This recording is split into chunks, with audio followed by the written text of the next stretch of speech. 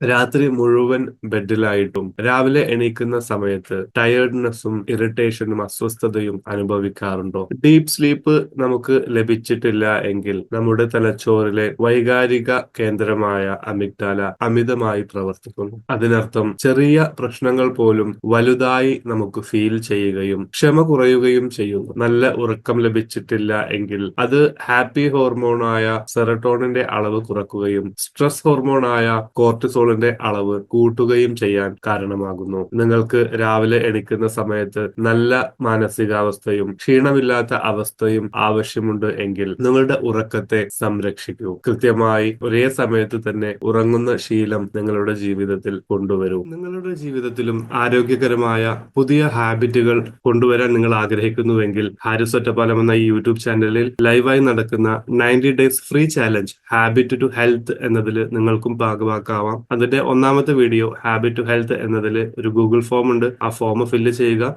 ഈ ഒരു 90 ദിവസത്തെ ചാലഞ്ചിന്റെ ഭാഗമാവുക. Thank you.